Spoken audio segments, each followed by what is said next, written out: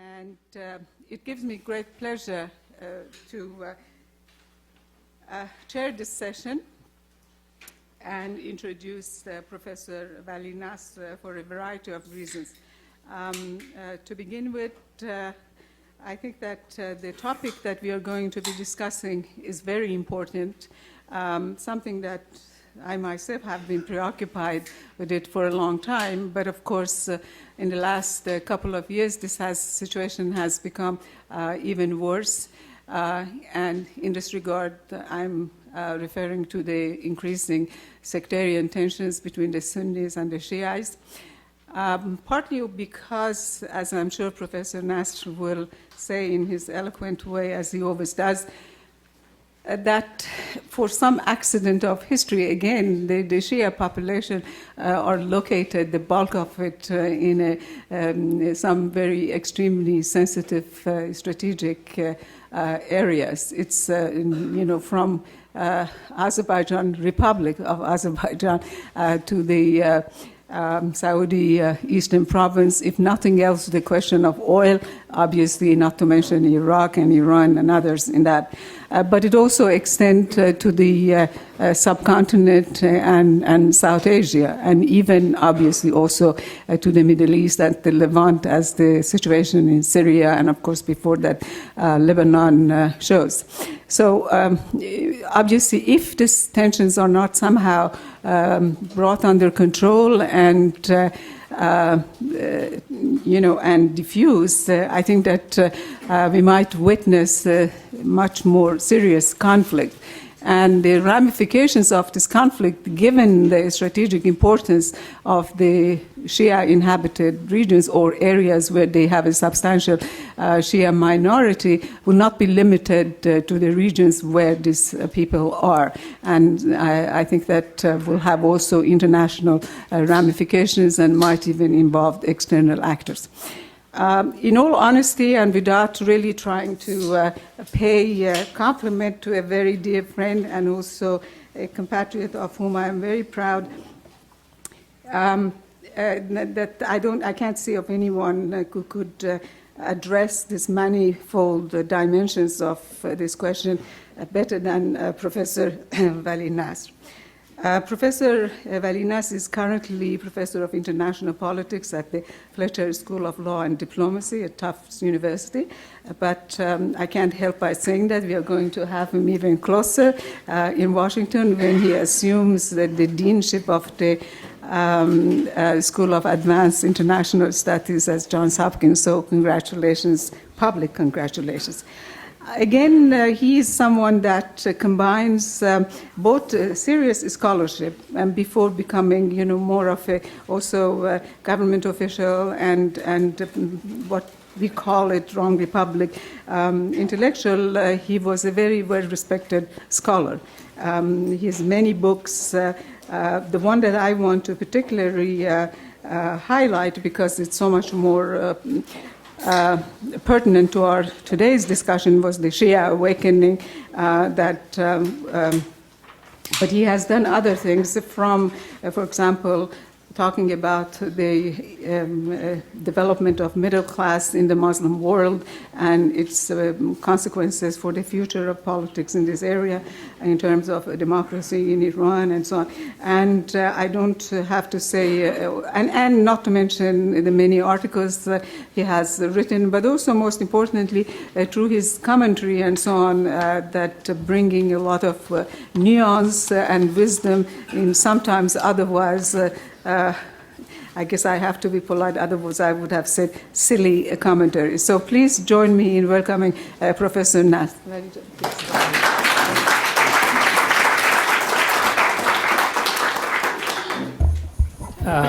Good afternoon. Thank you, Dr. Hunter, for that kind introduction, and thank you for to Al Walid Center for inviting me here today. It's a great pleasure being here.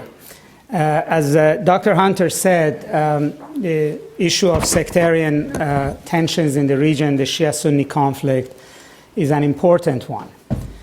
In some ways, we thought we were done with this issue in 2006, 2007, after a the American troop surge in Iraq brought a truce in that country, and that the Middle East would be moving past that issue.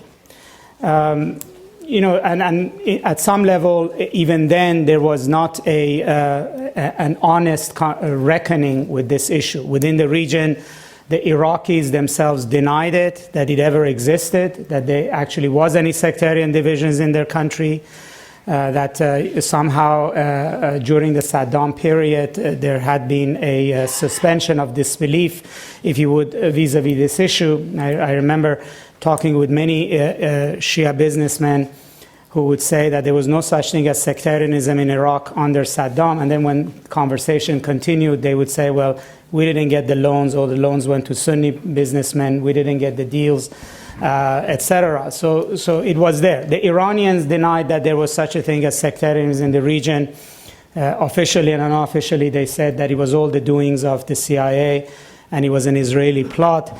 And the rest of the Arab world also formally denied that this had existed, and by and large, the United States was credited for provoking sectarianism in the region. Now, fast forward just a few years to 2011, 2012, it is a fact on the ground. It's no longer an American manufactured idea. It is bubbling from below.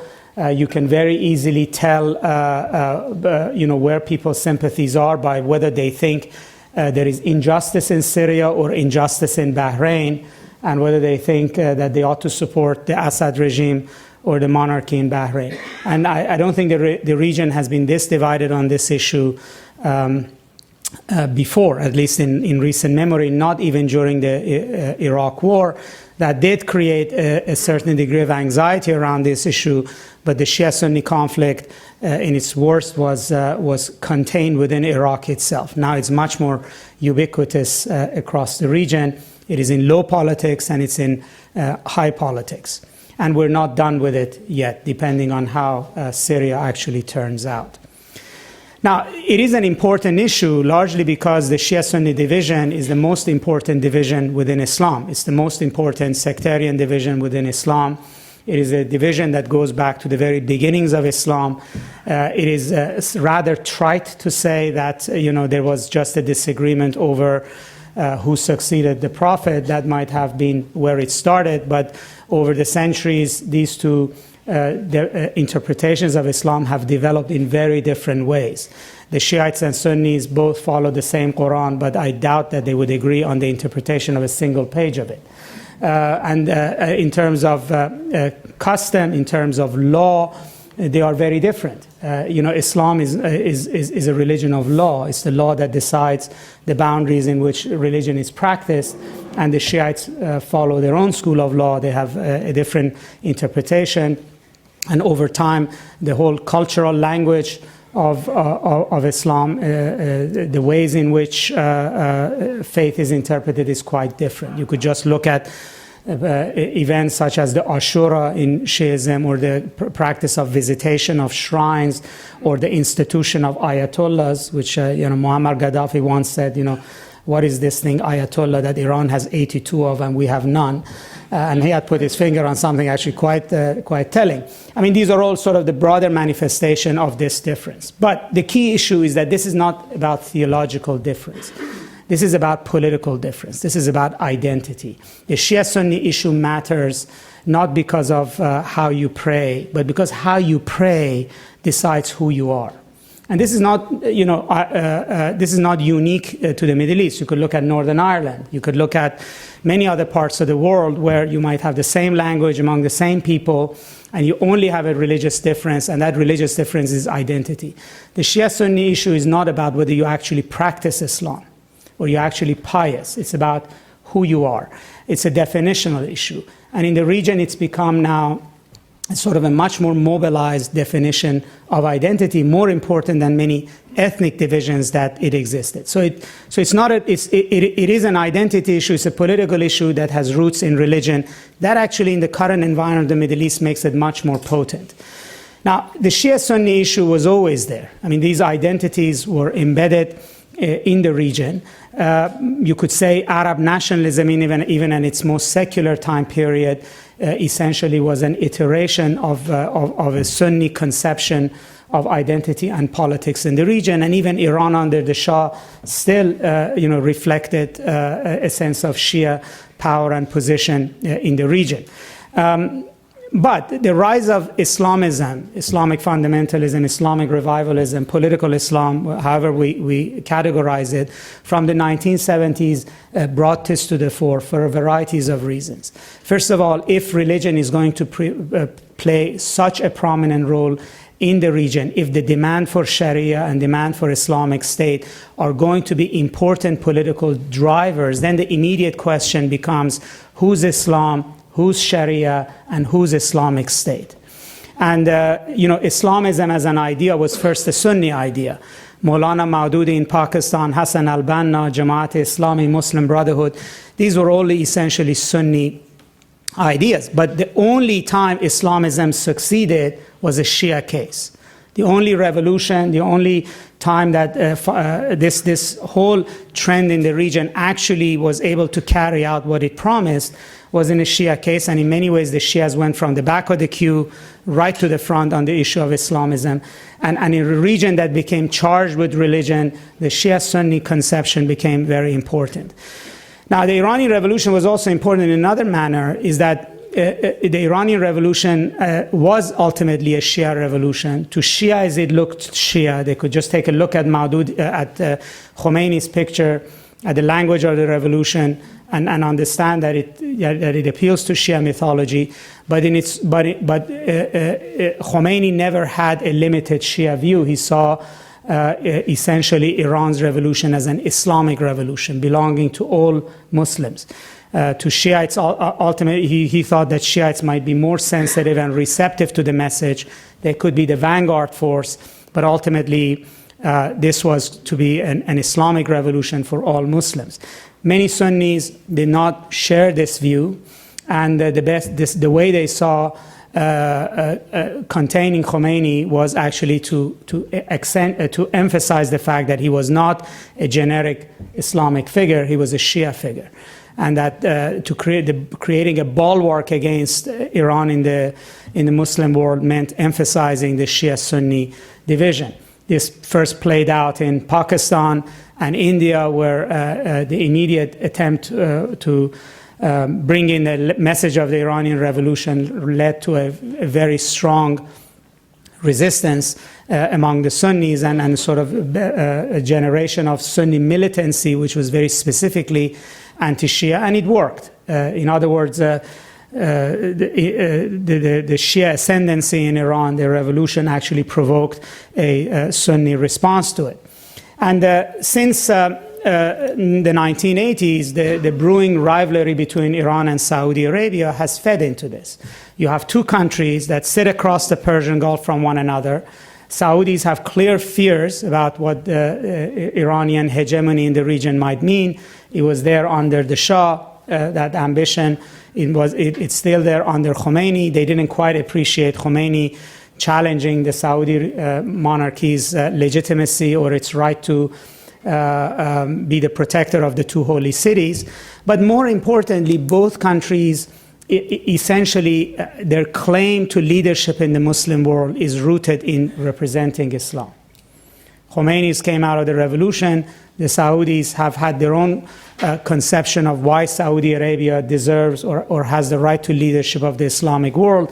The main challenger to that message was for a very long time Iran, and therefore this already pitted a Shia claim to Islamic leadership in the Muslim world versus a Sunni one, and they have both fed it. In particular, in the case of Saudi Arabia, it's been much more of a distinct sectarian tone, largely because it makes sense in terms of numbers as well. So Shiites are about 10 to 15% of the Muslim world, depend on how you calculate them. We don't have good numbers because nobody's interested in good numbers when it comes to this topic, unless you're a Shia majority country like Azerbaijan or Iran. There's really no really good numbers. And then in the case of Iran, there are no really good numbers for Sunnis, for the same reasons that there's no real good numbers for Shiites in Saudi Arabia. But guesstimates, educated estimates put 10 to 15%. That's not a lot. In But as Dr. Hunter said, that Shiites happen to be concentrated right in the heartland of the Middle East, and particularly around the Persian Gulf area, which by and large is pretty much a Shia lake if you would look at the distribution of Shiites around it. And so in the larger game of the Muslim world, it made sense for Saudi Arabia or other claimants to the title of leadership in the Islamic world to harp on the Sunni identity that would make it much more difficult for Iranians as a minority, representative minority sect to play the same game. But around the Persian Gulf, these numbers are much more even. For a very long time, we had only one Shia country. It was Iran. Now there is Azerbaijan and Iraq as well.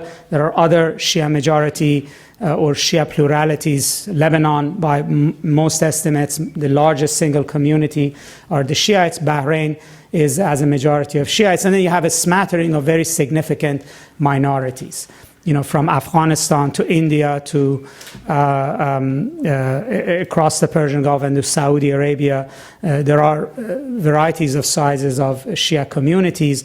And it's also important to note that by and large, majority of Shias live from Iran to the east. That Shiism, by and large, is not an Arab religion. It's a Persian and South Asian religion. For instance, after Iran, the second largest Shia country is Pakistan. And then there are probably as many Shiites in India as there are in Iraq. That's because 1% of a billion is quite a large number in itself. Now, the problem is that despite these numbers, Shiites have not had voice. Essentially, in most of the region, and Syria also fits in this mold, in some ways Jordan does vis-a-vis the Palestinians, Arab dictatorship is not just suppressing individuals, is also protecting a certain distribution of power between minorities and majorities. So you have a lot of minority rule in the region. You had it in Iraq, you have it in Bahrain. By some estimates, you might say even the structure of Lebanon fits that. You have it in Syria. And the Arab dictatorship for a very long time has preserved this. And the Shiites actually got the worst of this than did the Sunnis. So yes, in Syria, you have a minority Alawites dominating over the majority Sunni population, but there in more cases, it was the Shiites that did not have a voice. And partly what we're seeing from 2006 onward is that this picture has begun to change. And as it's changing, it's creating expectations and resistance on both sides. And we're sort of in the middle of a tumult as Middle East sorts out a distribution of power as the old state structures are beginning to crumble.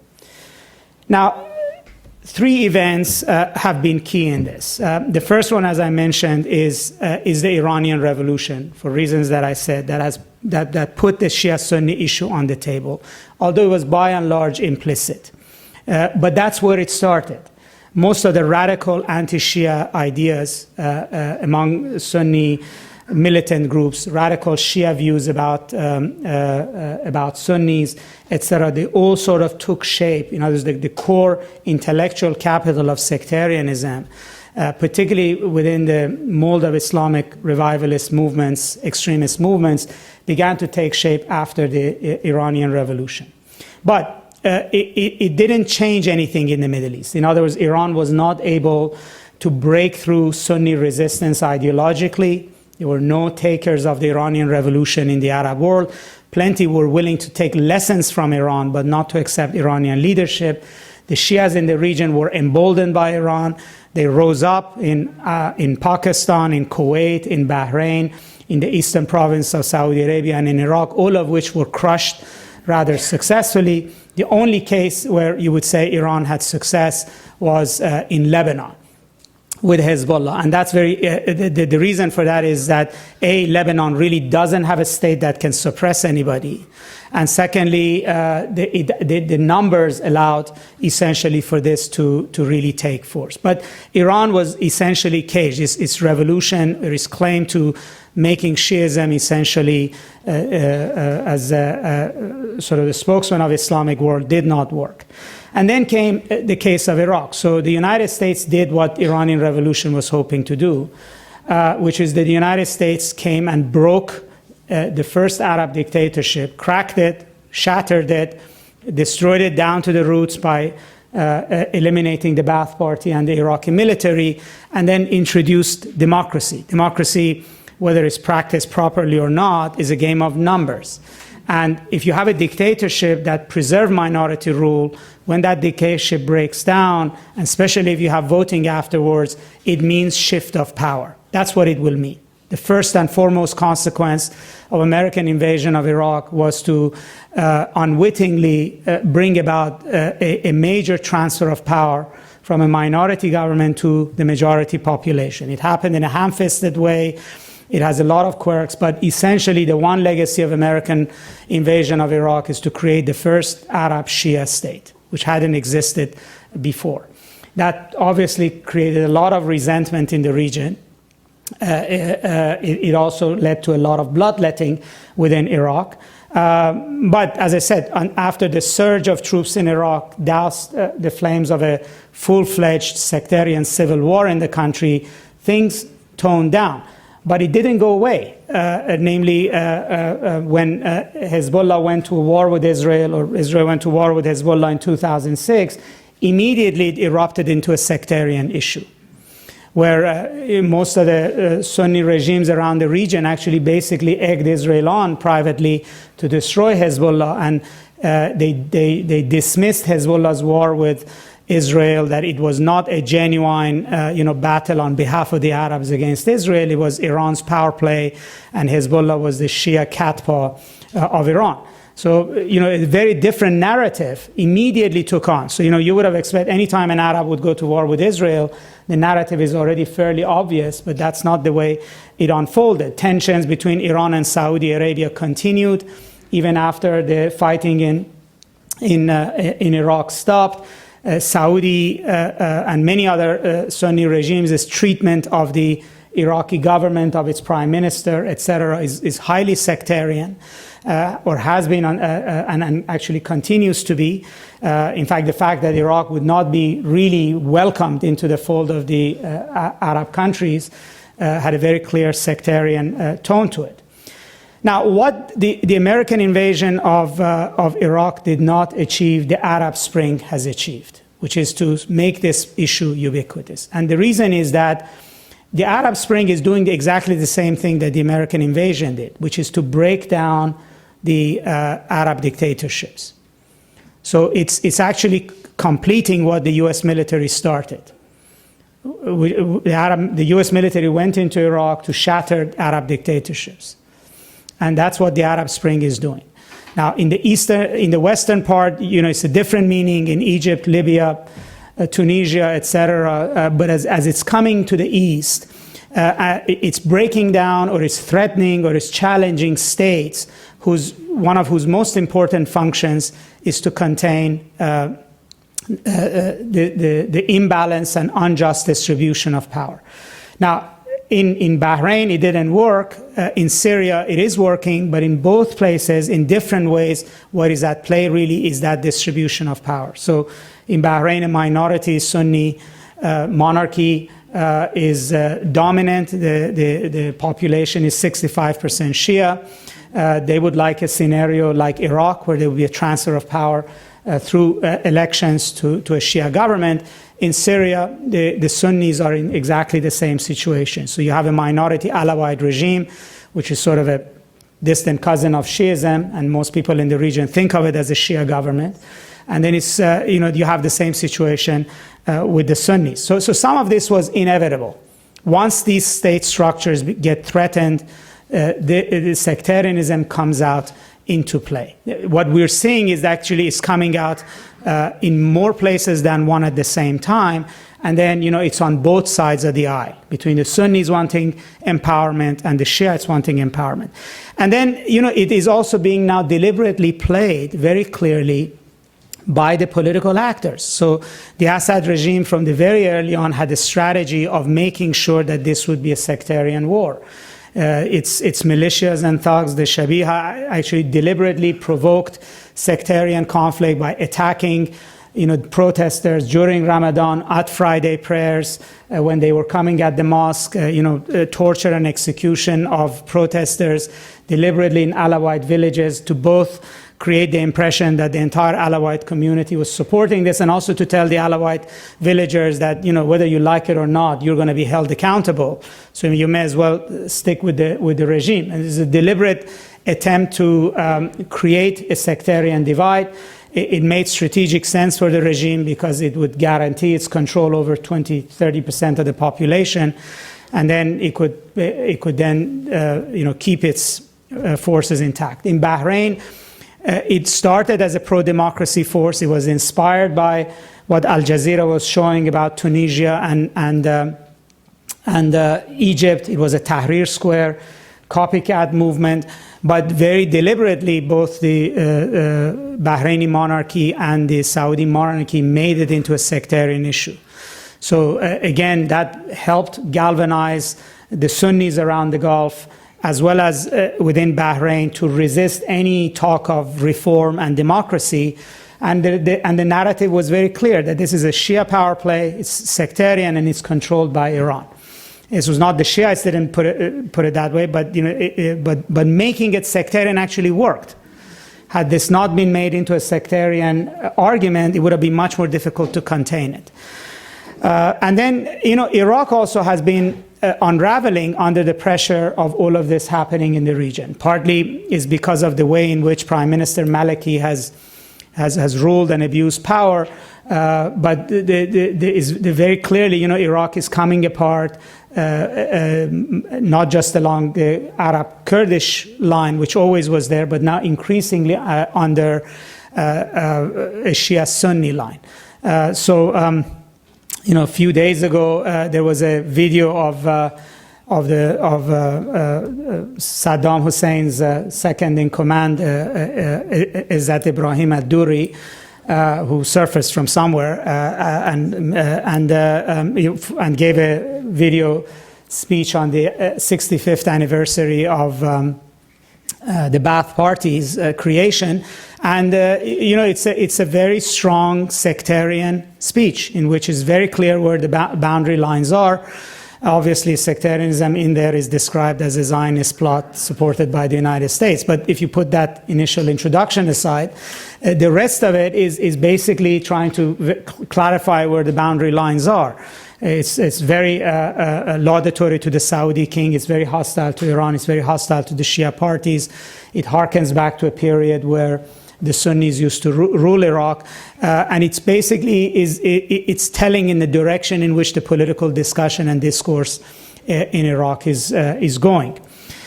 Now, the problem is that as Dr. Hunter said, is that the stakes are high. This is in a very sensitive area. It's now the genie's out of the box. It's a conflict that is now out. It's sort of seeping into the political narrative of the region, and it is also increasingly involving the larger, geostrategic issues in the region. Namely, it is the once upon a time in the 1960s, we would say, the main boundary lines of a sort of a Cold War, quote unquote, in this region is Arab-Persian or Arab-Turkish, and then it's pro-American versus pro-Soviet. There is an ideological line. Now, we have again sort of the beginnings of a Cold War in this region. It's been brewing since the Iranian Revolution. The boundary lines became clearer after the Iraq War, and they're becoming even clearer still. And the main fault line is very clearly sectarian. It's not Persian Arab. It is not. There's no other ideology in play. This is the boundary line. So people are talking about an Ankara, Riyadh, Doha or Cairo axis versus a Tehran, Baghdad, Beirut axis. That Iran is now bigger than its territory because it has strategic depth in Iraq and the Gulf, in Lebanon, Shia community. And in fact, the more you have sectarianism happening in the region, the more the Arab Shiites are gravitating in the direction of Iran. there is no going back to the way things were before, regardless of what Izzat Duri may hope for. But Iraq is not going to go back to being a Sunni-dominated country. It may break up, but it's not going to go back to Sunnis taking over Baghdad anytime soon. And the Gulf also is now the sectarian issue is on the table after Bahrain, and so is the Arab Spring issue on the table after Egypt. So, you have a period of status, but the main danger, even in that region, is that ultimately the Arab Spring will begin to pry open, very tight control of society. And when that happens, one of the first consequences would be that this issue would come to power. Now, we can expect a lot more conflict in this region. Syria is sort of a beginning, particularly if it's not contained, if it ends up in a full-fledged civil war. Well, what starts in Syria will not stay in Syria. Syria is very different from Libya. There are too many communities and too many people who have a dog in the fight in Syria. Syria will impact the future of Iraq, and it will impact the future of Lebanon. It will impact, Turkey and Jordan as well, but at least these two, because you have the same set of issues in those two countries.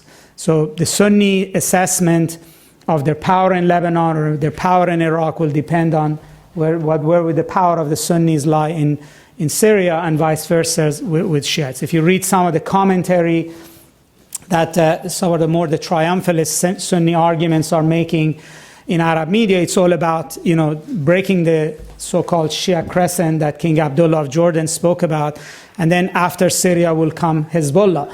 So even the touting suggests that this will continue. Secondly, that sectarianism has always been, since the 1970s, and continues to be fodder for more and more extremism among, marginal Shia and Sunni groups. This has been a sort of an axis along which they've sharpened a lot of their rhetoric. And obviously, then there are other consequences to growth of extremism.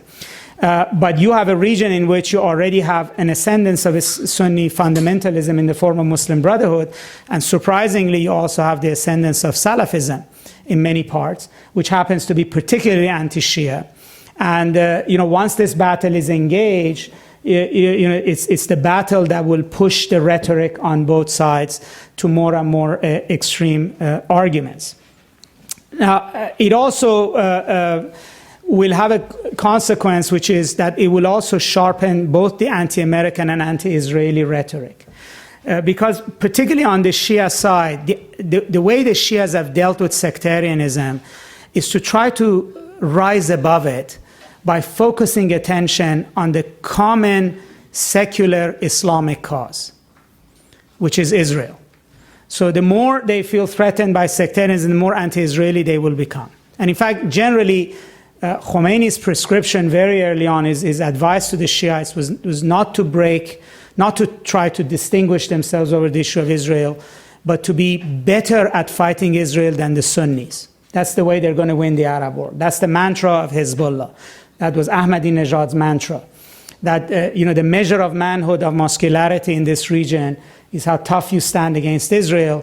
And the only way that the Shiites will gain the respect and support of the Arab world, of the Sunni world, was to to outdo the Sunnis, and that's why Iranians are being more Arab than the Arabs when it comes to the Arab-Israeli issue. Israel is not an independent issue in Iran. It's an ancillary issue for Iran.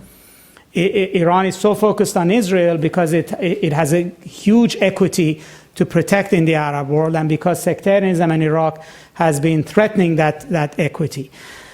So we're likely to see that as well. In other words, this is going to lead to a competition about who better represents the Palestinians, who's going to carry a bigger stick over there.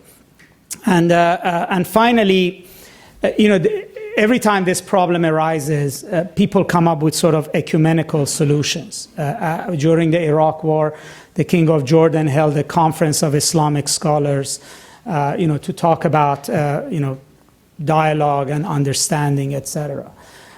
That's good, but this issue is not going to be resolved through ecumenical discussion. It's not something that an Ayatollah Sistani and the rector of Al-Azhar can sit down and arrive at an edict that would pacify. This is about equity and justice and distribution of power. It's a geostrategic issue. And the way to start addressing it is to call a spade, which is to recognize why is this a problem actually now, as opposed to the rest of the 1,000 years that Shiites and Sunnis have been in the region, and then when and how we're going to get out of this problem to the next level. And I'll stop there. Thank you.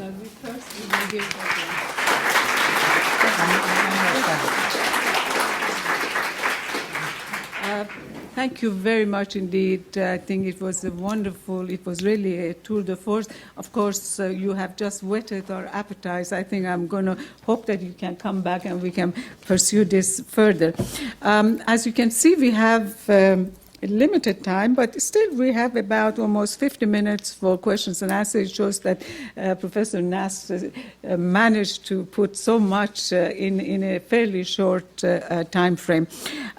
What I would request, please, and don't make me repeat this, I would very much appreciate if you just ask questions. In other words, I prefer, if possible, not comments, or if you have to irresistible urge to comment, please limit it to not more than a minute, so that, because I'm sure there are many questions and we have very few moments to have Professor Nasr with us. But if you would mention your name and your affiliation, I would do. Now here I'm going to do something that I'm very ashamed of, but I'm going to use the privilege of chair to ask the first questions of Professor Nasr. And that is that, wouldn't you say that the idea that was floated, I think, around 2005, 2006 about the Sunni-Israeli coalition as part of Iran's containment did not really play into this and exacerbated the sectarian tension? And isn't that the rise of the Shia-Sunni tensions to some degree also related to policies towards Iran and how to deal with Iran? And if that knot was somehow been sort of opened, and maybe it would help, not resolve, but help to somewhat diffuse the tensions. It's actually a very good question. There was a lot of talk, particularly in Washington, of an Israeli-Sunni axis against Iran, or put in different terms, Israel-Persian Gulf axis against Iran. And Prime Minister Netanyahu spoke about it, even spoke about it just last year, about this sort of a common interest. And during the 2006 Lebanon war, at the beginning there was very clearly most of the Arab rulers, that's Mubarak, Abdullah of Jordan, even Saudi rulers, they all basically took the side, not openly took the side of Israel, but they all condemned Hezbollah for having provoked the war. And privately they did ask Israel to finish Hezbollah off. But what they also learned in 2006 is that privately that might be their position, but publicly it's still not a sell on the Arab street. That, you could say the publics are not clear in their minds. I remember, just as an aside, when Palestinians on one side were demonstrating, calling Hamas Shia, meaning that because they take money from Iran as a sort of a negative. But on the other side, we're also, supportive of Iran because, or supportive of Hezbollah, but we're very critical of Maliki and the Shiites in Iraq. They liked Hezbollah, but not Sadrists. So, but the Arab rulers found that this is not an easy sell. That it's still the popular sentiment. That the sentiment is more anti-Israeli than is anti-Iranian.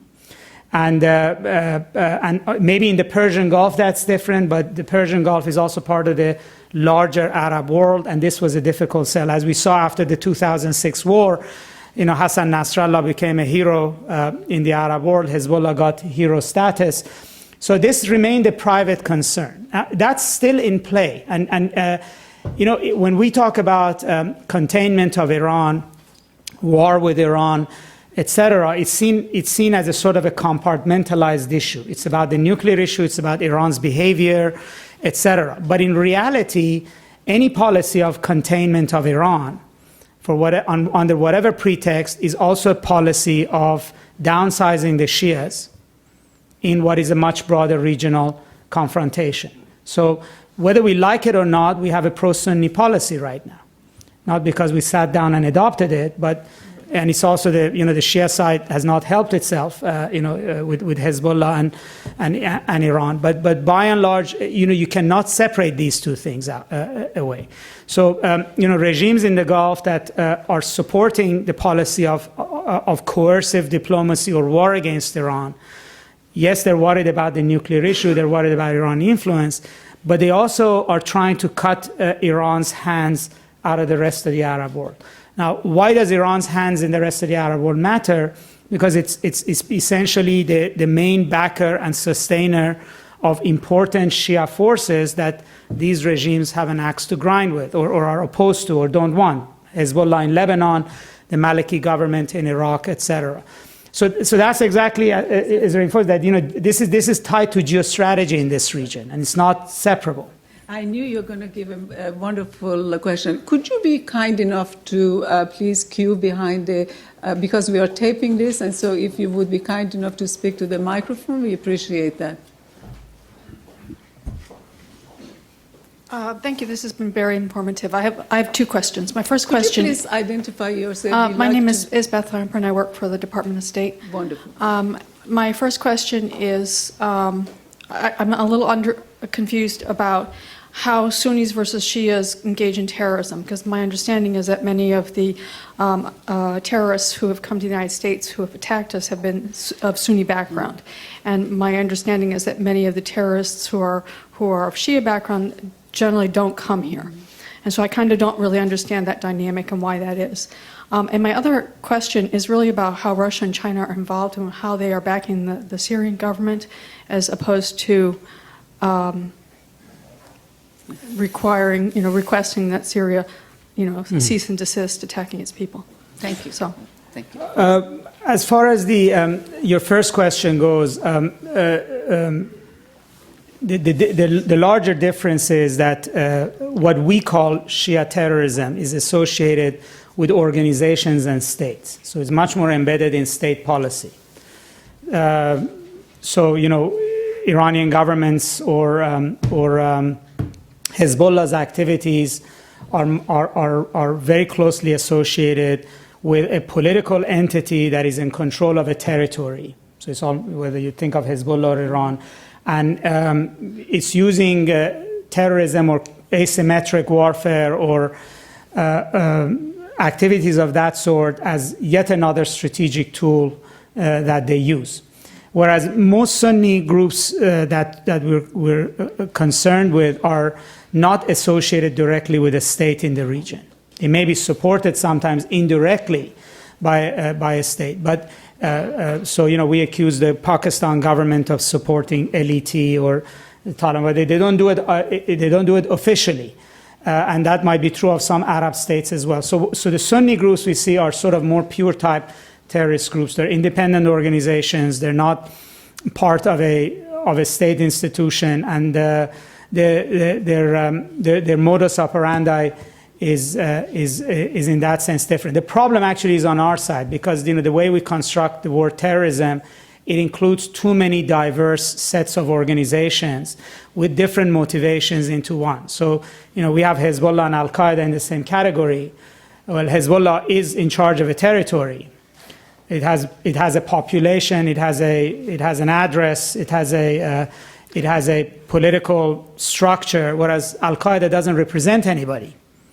It's a territorial-less entity. They're not ruling over anybody. They don't have any political relationship with the community. They're sort of suspended above any kind of a social contact. And so they operate a bit differently. Now, regarding Russia and China, I mean, there are many elements to this. From Russia's behavior having to do with that they were not properly consulted to begin with, in the first set of resolutions, to having a relationship with Syria that is much more long-running, that we assume that they want the warm water port access of Tartus, that they sell a lot of weapons, and similarly with the Chinese. But I think they do have a certain vested interest in relationship with Iran. But they don't have per se a sectarian view of things. In other words, they don't have necessarily a position in this fight. But going forward, there is no doubt that China and Russia both have very deep interests in the Persian Gulf. That's where most of China's energy comes from, and they're mostly concerned about stability. It's not that they want one side to win, one side to lose. They want stability in Saudi Arabia and UAE. They also want stability in Iran. In a perfect world, they want to be buying natural gas and oil from everybody and be investing in oil. But as this thing is going to ramp up, you're going to see that they're going to become more and more concerned. What are they going to do about it is a bit enigmatic.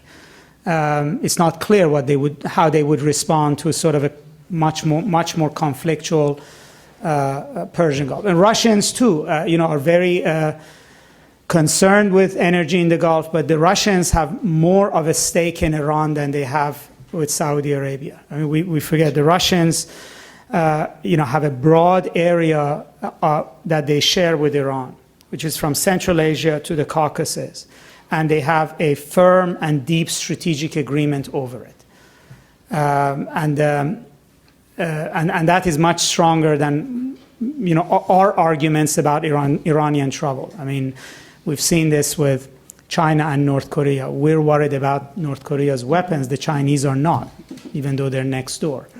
And it's the same with the Russians. Please. Thank you, Dr. Nasr, for your concise overview earlier. I'm Jihad Saleh Williams with Islamic Relief USA. I actually want you to give some comments kind of related to your original question, Dr. Hunter.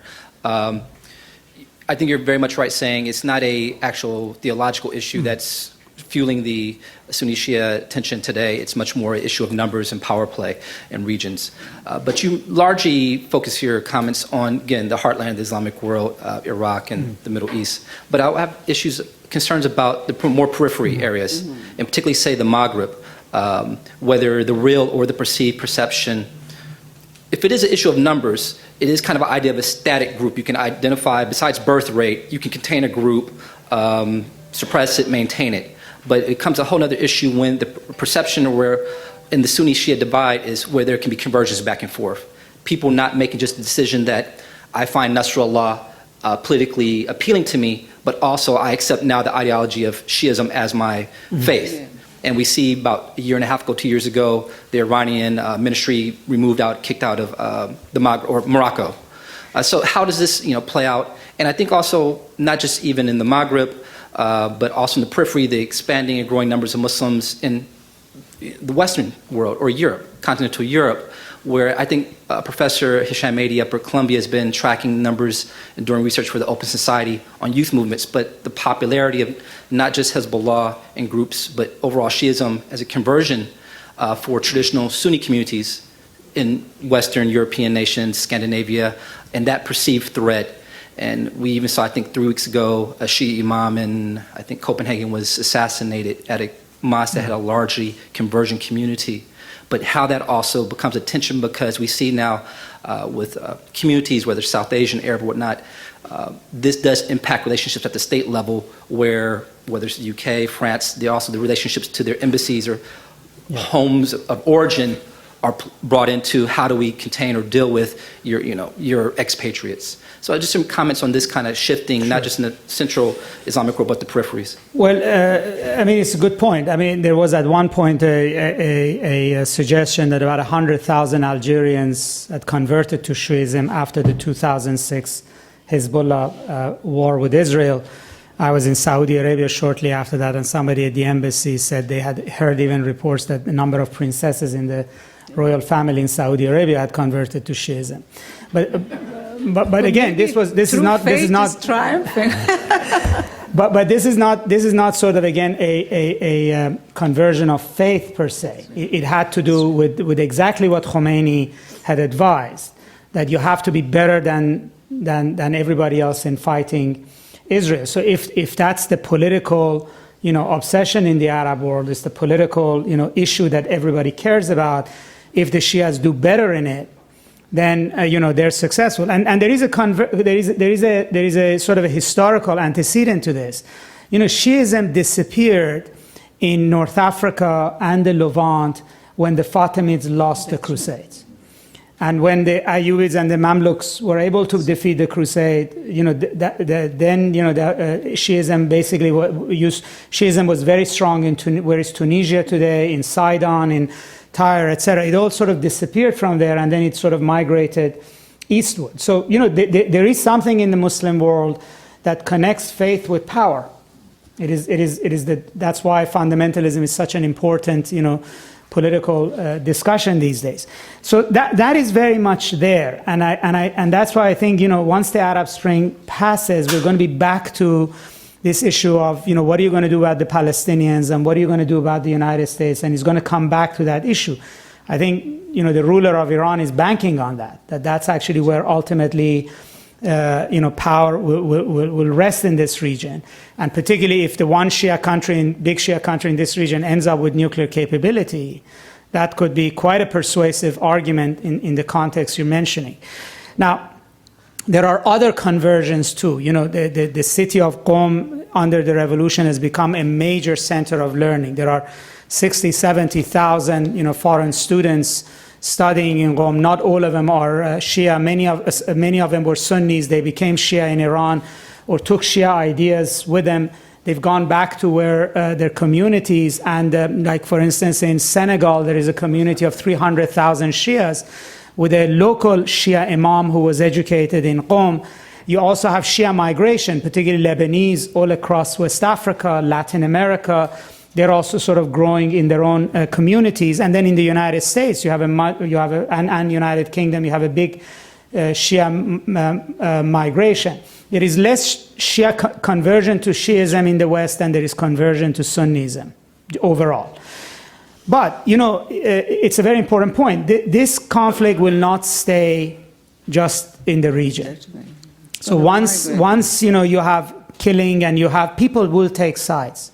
People even here will tell you whether they sympathize with the Bahraini Shias or with the Syrian Sunnis in these fights. And you can basically tell where their mindset is. If this becomes much bloodier in Syria, then, it could become much more conflictual. So it is an issue here. And then the last issue, which is important, is the fact that, particularly among Sunnis and the terrorists, as you mentioned, who travel, sectarianism is being a fuel to radicalize Sunnis. That started in 1979. That's what happened in Pakistan.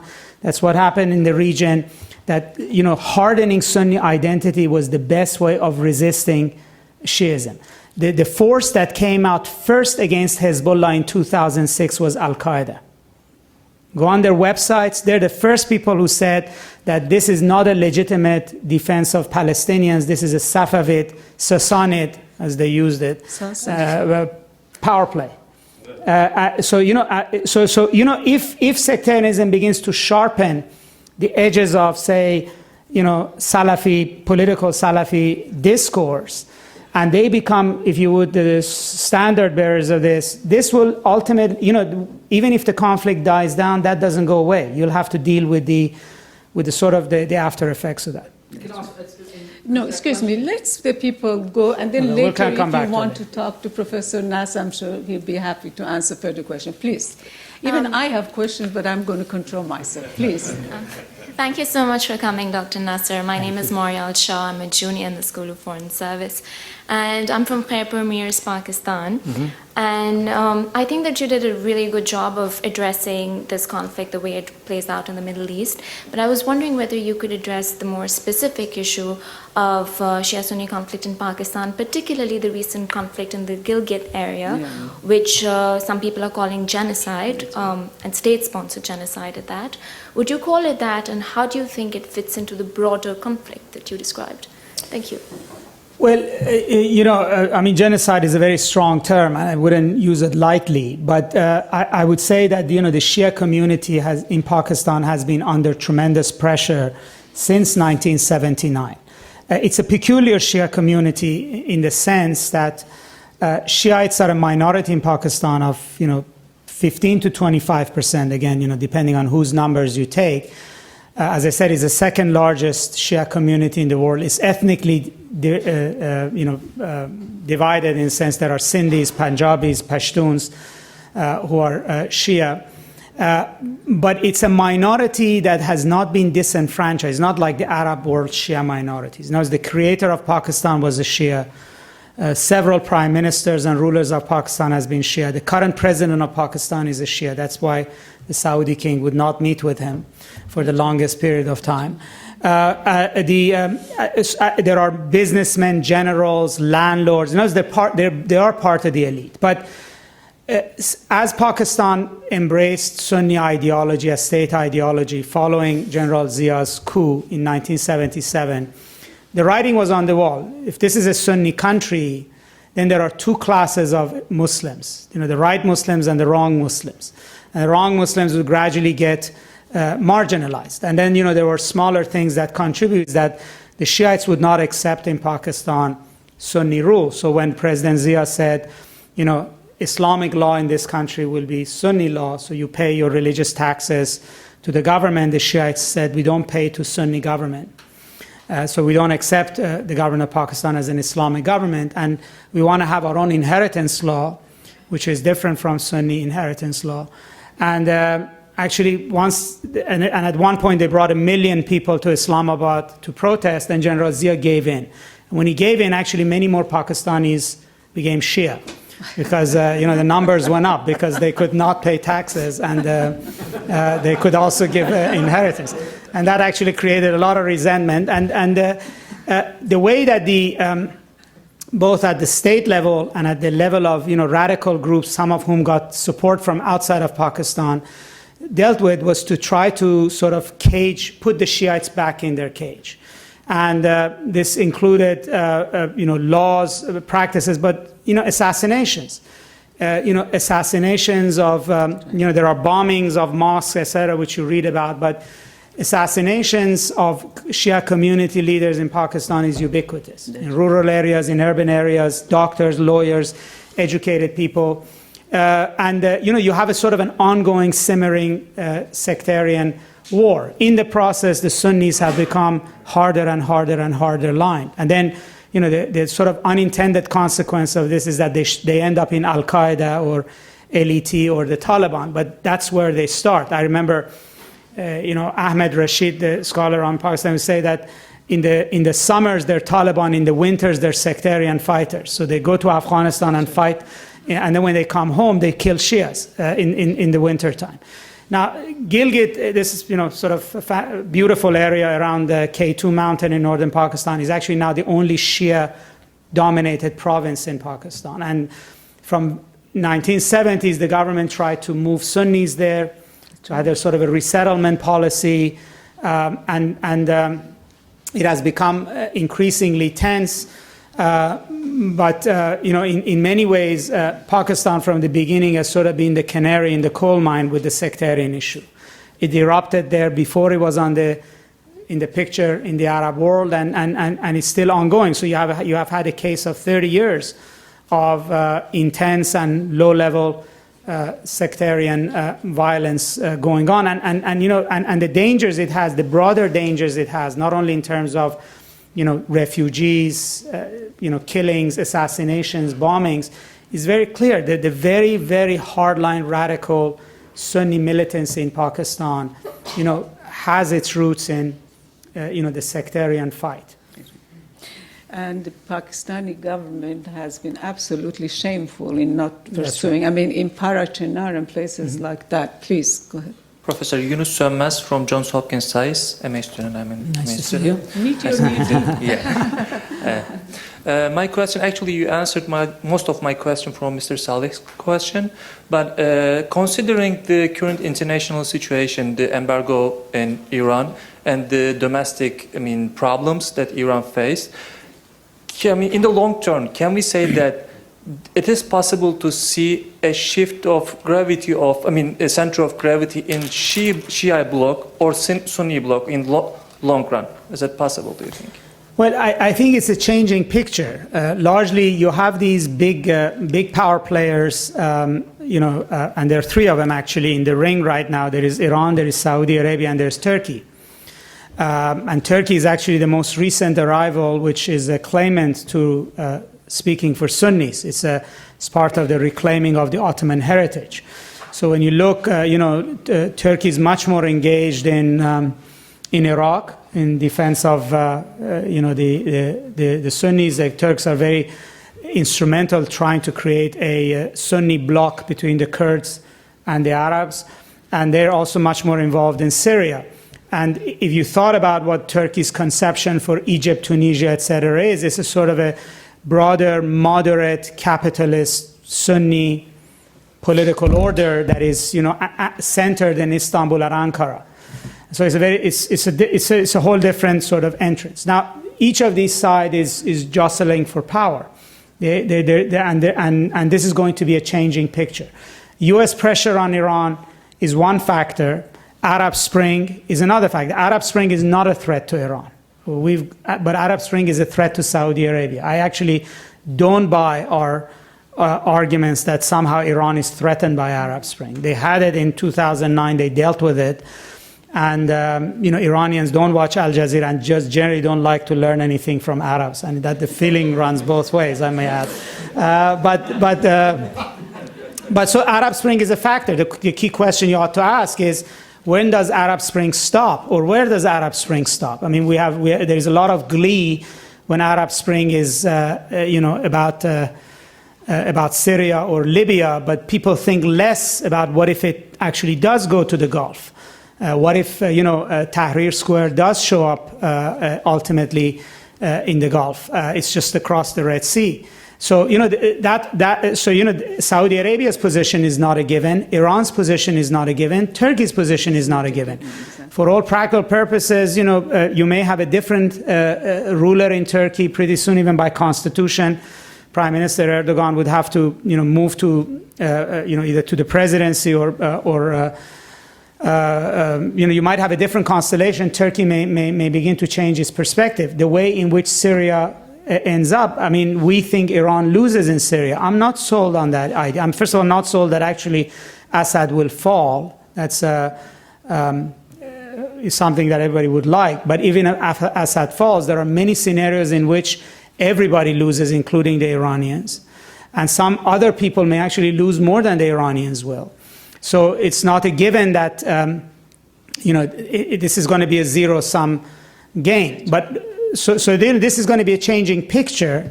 But the axis of conflict is now sort of very clear. That this is the sort of the main direction in which everybody's arraying their forces. But Turkey also has a sectarian problem. I mean, Alawites will claim that 40% of Turks are Alawites, and there is 3-4 million 12 are Shiites. So this is a dangerous game for Turkey as well. That's very true. Please. It's Jonathan Rose. I'm a graduate of the Arab Studies program here at Georgetown. My question was, you discussed the ways in which Iran's position changed and the position of Shia in general changed in the aftermath of the Iraq War. I was wondering if you could discuss the way in which Iran's position and the Shia Sunni dynamic has changed in light of the Afghanistan war and the continuing U.S. presence there. Well, going back to the 1980s, in both Pakistan and Afghanistan, very clearly Shiites were among the first clients of Iran. They got benefit from Iran. It was not always that the Iranians went to them. It's also the minority Shia communities have been equally, if not more, aggressive than seeking Iran. I mean, we often think that, Iran, controls Hezbollah, but in many ways, Hezbollah controls that relationship also. Sometimes it's the tail that wags the dog. And Shia communities that are minorities saw in the Iranian revolution a patron, a source of support, a source of pride, and they very quickly embraced Iran's support. in Afghanistan, Iran also had other clients. There are also Persian-speaking Sunni communities, the Tajiks,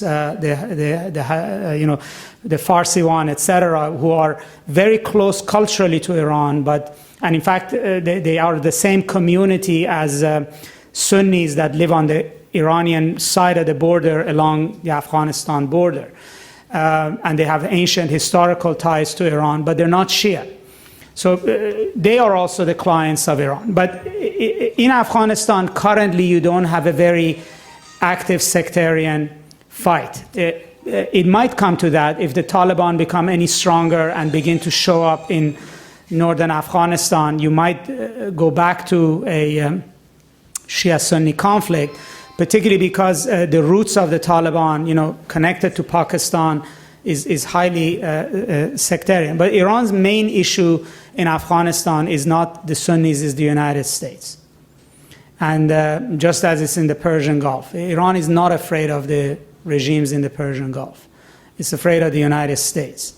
It may be a mistake on their part. I'm not saying that they've got it right, but that's the fact, that they don't respect military capabilities of the Gulf countries.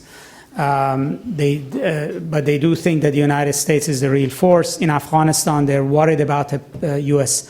permanent presence, as they were in Iraq.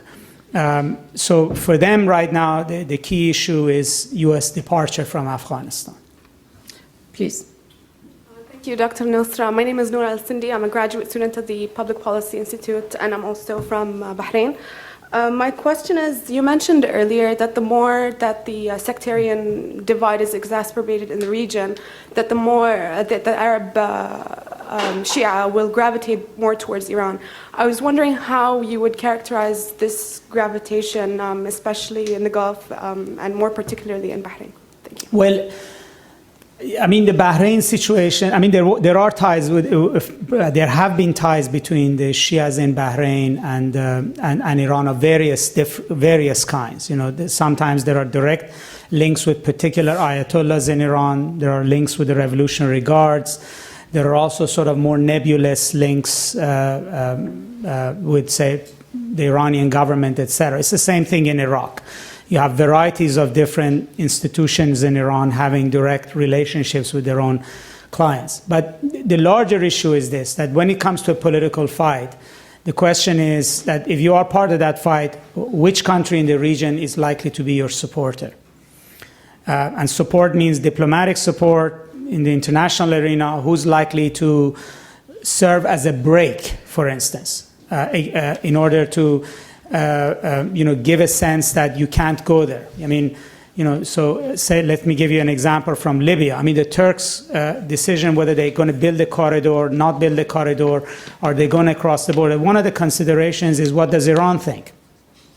Right? Because then they would have to deal with Iran on a host of other issues. So, and vice versa. The Iranians would have to think about what the Turks think about this issue. So there is which country in the region is likely to serve as a brake to protect this community, right? Who's going to, I mean, I remember Pakistani Shias always would say that if it wasn't for Iran, by now we would have been declared as a non-Muslim community like the Ahmadis. It's only because the Pakistani government is petrified of Iran that they won't cross that line. And therefore, so for the Bahrainis, Shias, if they're going to continue agitation, etc., obviously it's their fight. But ultimately, if they're going to look for a source of support, they're not going to get it from the other Gulf countries. They might get it from Iraq, but Iraq's capacity is limited. They will get it from Hezbollah, but Hezbollah is also still connected to Iran. So for them, Iran becomes, if you want to call it, strategic depth. It's not that every day they're going to call for weapons and support. It's just the fact that a country of 80 million is sitting across the Persian Gulf in of itself means they have strategic depth. There are certain things that GCC countries will not do just because Iran is sitting there. Had this case been somewhere else, many other things. It's the same reason why we won't do in Syria things we did in Libya. Because the whole makeup of who's going to resist you There was no regional countries around Libya that actually had a different position from us. Okay, I think that we are approaching perhaps the last two questions, unless somebody has a very burning question, but please, go ahead. Thank Ask you. your question. Thank you. Mahin Khatami, I'm a medical scientist, retired from National Cancer Institute, NIH. My question is, aren't we having false flag on the Sunnis or Shiites for a larger purpose and to bring Rumi into the picture? Aren't we seeing the elephant in the dark? We know all the little detail of the percentage of issues, but we don't see what's the larger picture and who is benefiting from these fighting. Well, you know, what you say is actually something that people refer to, but I don't think this is something that's manufactured from the outside. You cannot get people to fight one another. In fact, there was a huge amount of resistance in the region for the longest time to acknowledge that this is the case. But, you know, nobody has told a Shiite or a Sunni to prejudice against somebody else. You know, this begins from everyday prejudice. It comes down to, you know, where do you draw your line of identity? It's very clear that this line exists. I mean, it's actually rooted in different practice of Islam. And it's now been sort of chiseled into communities. Yes, of course, whenever you have a conflict, different outside actors would get engaged. But, you know, at some level, I think also, with all due respect to former colleagues in the U.S. government, we're giving the United States way too much credit in being able to micromanage, you know, this kind of identity issue in the region. I mean, when the Palestinians go out in the street, either support, you know, Iran and Hezbollah, or go out in the street, you know, beat their chest about, you know, Iraqi Sunnis, it's not the United States who's encouraging them to go do that. You know, I always think that we're sort of caught between, at the one side, I mean, it's a question of agency. It's that, you know, at some level, you know, people of the region are the masters of their own destiny. It is this, you know, issues like sectarianism are there largely because they exist in every day in people's lives. You know, I remember when I first wrote about this book, my book, The Shia Revival, I remember, you know, students in Pakistan would tell me that we know this is true because, you know, we know that, for instance, as a Shia girl, you know, a Sunni family would refuse marriage on the very grounds that I'm a Shia. Very simply. Or that, you know, a businessman, as I said, said I wouldn't get a loan because I'm a Shia. A Turkish Shia lady was recently telling me that, you know, is very close to the ruling party, that, you know, they asked her one day before they offered her a job what her sect was. And once she said she was a Shia of Azeri descent, there was no more job prospects for her. It went to somebody else. Now, that doesn't mean that you go out and kill somebody over it. But, you know, these are sort of realities as much as Kurdish Arab division is, or as Persian Arab division is. Yes, of course, when this spills over, there's going to be, you know, people are going to calculate what's in it for them, and take advantage. But I also don't believe sectarian war benefits anybody, especially not the West. I mean, you know, we're going to pay for this at $6, $7, $8 a barrel, 8 gallons of gas. If this thing really takes off, it's in the worst place in the world that it can happen. Yes. My name is Sayyid Amir, and I'm originally from Pakistan, born in India, and I recently retired from NIH. Thank you for a very nice talk. I have a very brief comment and then a question. One minute comment. I'm sorry? 1 minute comment. Okay. When I was born in India, I want to emphasize that it's not a destiny. The Shia Sunni division is not a destiny. When I was born and growing up in India, there was no such dissension. All, as you probably know better than me, Indian culture, civilization, language, Muslim, is drawn from Persia. The first language I learned was Farsi, although I don't speak very much. Our script is Farsi, and predominantly Anglo-Indian Muslims are Sunnis, so this is more recent, and intermarriages were very common. My question is that it seems there's a speculation that Iran maybe, Iranian installations may be hit by Israel by September, and with or without United States. How do you think it will change the dynamics of Middle Eastern politics? I would take issue with the fact that it didn't exist. I mean, you could read Rudyard Kipling writing about, how, in Lucknow during Ashura, there were fights between, when Shiite processions would go through Sunni areas, that there would be fights, particularly, that's a particular time when these fights happen, particularly when, in Pakistan, for instance, the Sunnis decided to put a bridge where, many Shiites would go through, and always the bridge is named after Omar, the caliph the Shiites most dislike, and it always ends up in a fight. It's like every other ethnic, sectarian division around the world. It exists, but there are times that it becomes hot. And the fact that there is intermarriage often doesn't mean anything. Neil Ferguson, the famous Harvard historian, in his book War of the Worlds, writes about World War I Europe, that actually where there was intermarriage was the greatest indicator for the most atrocious amount of violence.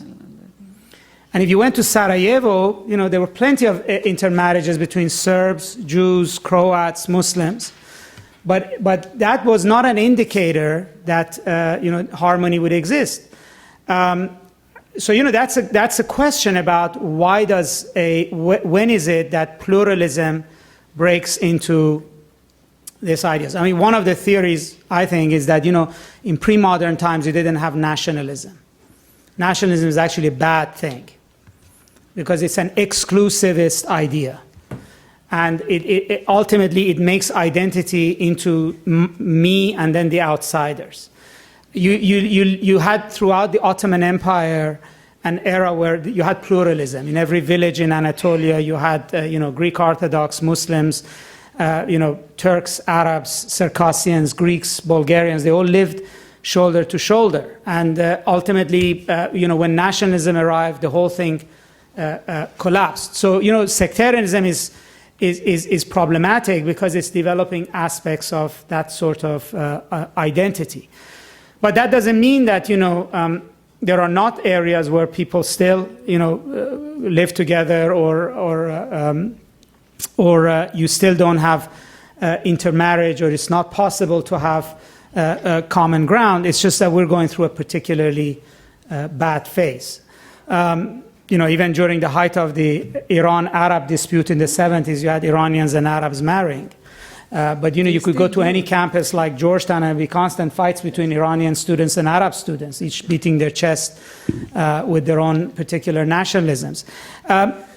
Your second part of your question, if it comes to an Israel-Iran fight, I personally think that the mood of the Arab world, the Muslim world, would be with Iran, by and large. I think that's the sort of the default position. We could all be wrong, but there is nothing in recent history which would indicate otherwise. I think Iran would feel compelled to retaliate, largely because of the reasons that I said, that so much of its regional policy is tied to show off power.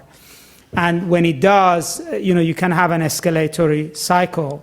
I don't think, the very Arab governments who are now sort of arrayed against Iran would be able to publicly sustain that position. It actually would end up being a game changer because it would strengthen Iran's hand, it would strengthen the Shia hand in this issue, it will actually be a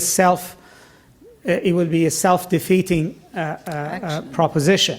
And in the Middle East, I'm sure a lot of you know that people have a lot more longer time horizons than we do. We think until November, until the end of the election, until the end of the term. Iranians are thinking about the next quarter century. And today's fumbling and today's falling down does not mean as much in the longer run. I already think that the Iranian regime's calculation is that the tide of history is in their direction. That this ultimately the Arab Spring will wash over the Persian Gulf. Ultimately, the attention of the region is going to go back to the Arab-Israeli issue. Ultimately, when Middle Easterners vote, it's going to be more trouble for America than Iran. Ultimately, the rise of Islamism and Salafism in Egypt is more trouble for us than for them. That's the way they're calculating it. They don't look at that picture and see what we're seeing. So, at some level, I don't think they want an attack from Israel, but I don't think necessarily it's going to be as catastrophic as we think. Thank you very much, Professor Nasr. Thanks for inviting me.